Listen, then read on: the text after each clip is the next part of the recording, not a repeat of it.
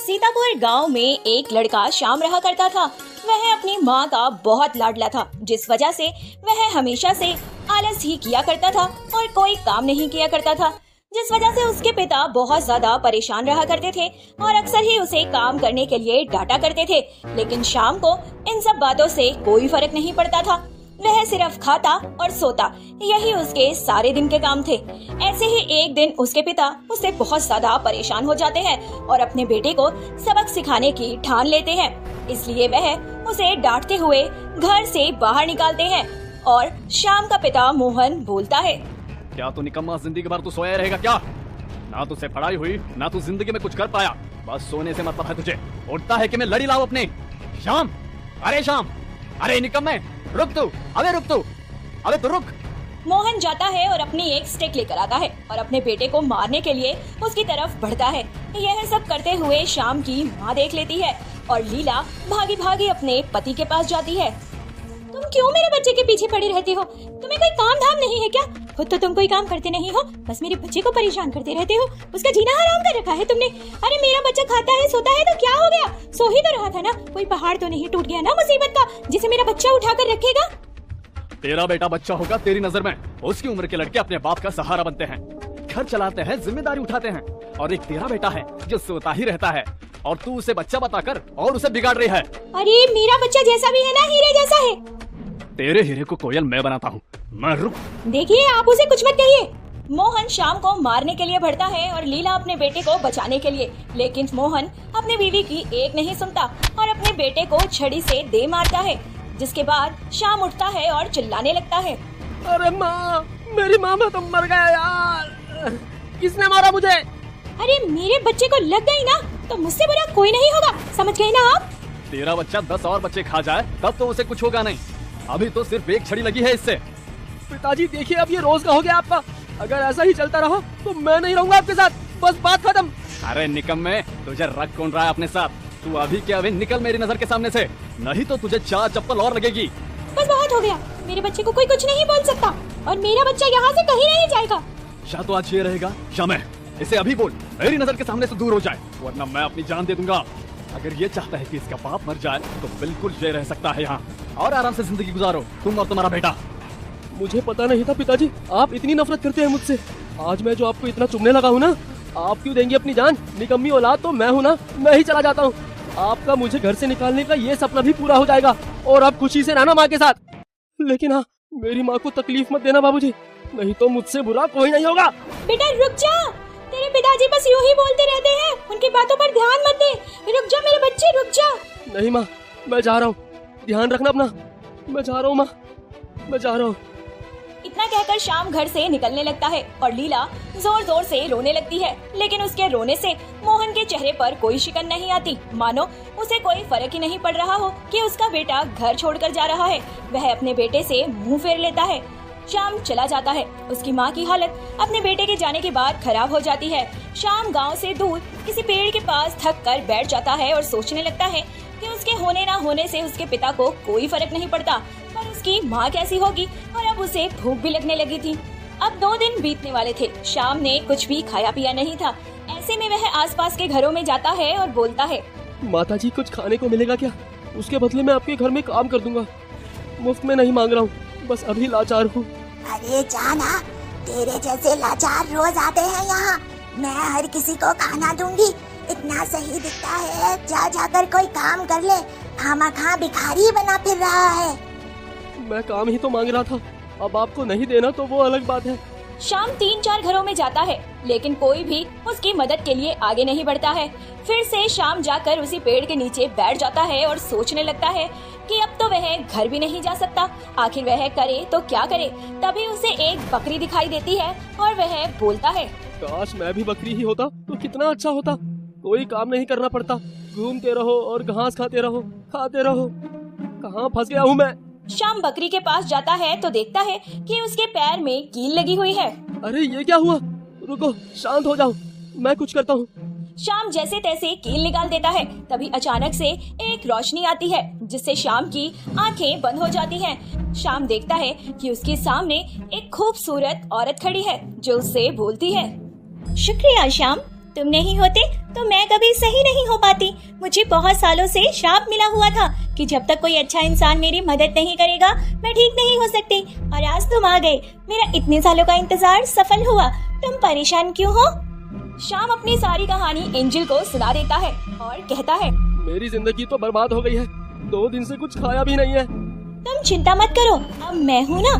Angel थाली भर के जादुई खाना ला देती है। श्याम टूट कर खाने पर पड़ता है और जल्दी जल्दी खाने लगता है। खाना खत्म करने के बाद वह एंजल को शुक्रिया करते हुए बोलता है, आपकी मेहरबानी, आपने मेरी मदद की। नहीं श्याम, तुमने जो किया बहुत अच्छा था मेरे लिए। ये लो कढ़ाई, ये कोई आम कढ़ाई नहीं, एक जादुई कढ़ाई है। तुम इसमें जो भी बनाओगे वो कभी खत्म नहीं होगा और ना इसका स्वाद कभी खत्म होगा। लोग उंगलियां चाटते रह जाएंगे। इतना कहकर एंजल वहाँ से गायब हो जाती है। श्याम कढ़ाई को देखने लगता है और सोचता है कि आखिर मैं इसमें क्या बनाऊं। तभी उसे याद आता है कि वो अपना पसंदीदा मटन बनाएगा जो माँ ने उसे बड़े प्यार से सिखाया था। शाम की आंखों में आंसू आ जाते हैं अपनी माँ को याद करते ही। फिर अगली सुबह शाम साहूकार के घर जाता है। वहाँ उसे काम मिल जाता है। कुछ पैसे इकट्ठे करके शाम वहीं अपना छोटा सा ढाबा खोल लेता है। बस किसी तरह मेरी दुकान चल जाए तो मेरी किस्मत चमक जाएगी। श्याम बहुत अच्छे से सब कुछ करके अपना काम शुरू कर देता है। मटन की खुशबू दूर दूर तक जाती है, जिससे लोग आते हैं और बोलते हैं, अरे भाई क्या बना रहे हो, जरा हमें भी तो दे दो। हाँ हाँ जरूर सरकार, जरूर लाता हूँ अभी। श्याम उस इंसान को मटन लगाकर दे देता है और वो आदमी बड़े शौक से खाता है। अरे वाह भाई साहब, आपके हाथों में तो जादू है, जादू। मजा आ गया। कैसे प्लेट दिए मेरे भाई? बस 100 रुपए। अरे वाह भाई, पूरे इलाके में इतना स्वादिष्ट मटन कोई नहीं देता और ना ही इतना अच्छा स्वाद देता है। तुमने तो धमाली मचा दिया मेरे भाई, मजा ही आ गया आज तो। बस भगवान की मेहरबानी है सरकार जी, मैं क्या ही बोलूं। मैं तो यहाँ स्वाद बेचने आया हूँ, पैसों का क्या है, आते जाते रहते हैं। तुम तो बातें भी काफी अच्छी कर लेते हो, तुम्हारी तो बात भी स्वादिष्ट है मेरे भाई। दोनों जोर जोर से हंसने लगते हैं और वह आदमी मटन खाकर पैसे देकर वहाँ से चला जाता है और सारे गांव में मटन की तारीफें कर देता है। एक नया मटन वाला आया है, पूरे गांव में उसका स्वाद उस रेट का कहीं नहीं मिलेगा मटन। मुझे तो मजा ही आ गया भाई, सब जाकर ट्राई करना, आदमी भी मजेदार है वो। उसकी बात सुनकर एक एक करके शाम की दुकान पर लोग जाने लगते हैं और खुशी खुशी मटन खाकर आने लगते हैं। शाम को एंजल ने बोला ही था, जो भी बनाएगा कढ़ाई में वो कभी खत्म नहीं होगा। ऐसे ही दिन गुजरते रहते हैं। दिन प्रतिदिन शाम का ढाबा आगे बढ़ने लगता है और अब शाम तरक्की करते हुए ढाबे से दुकान पर आ जाता है। उसकी दुकान पर वह आदमी रोज आता है जिसे शाम ने पहले दिन मटन दिया था।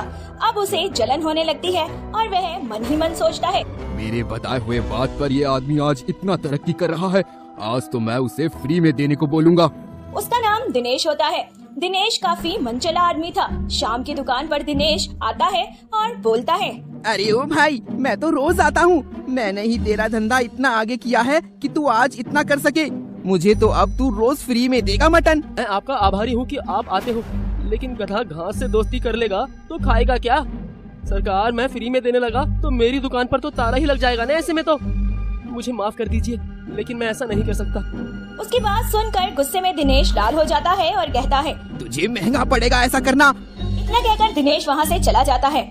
ऐसे ही एक दिन आधी रात का समय होता है और शाम गहरी नींद में सोया हुआ होता है। एक आदमी चादर ओढ़कर उसके पास आता है और देखता है कि शाम सोया या नहीं। यह देखने के बाद वह आदमी वहाँ से निकल जाता है और अपने साथ 2 आदमियों को लाता है जो दुकान पर तेल फेंकते हैं और दुकान जलाने की तैयारी करते हैं। सभी लोग अच्छे से मिलकर पूरी दुकान पर तेल डालकर उसे जला देते हैं और हंसते हुए जाने लगते हैं। तभी एक आदमी बोलता है, क्यों दिनेश बाबू, अब तो नहीं बेचेगा ना श्याम?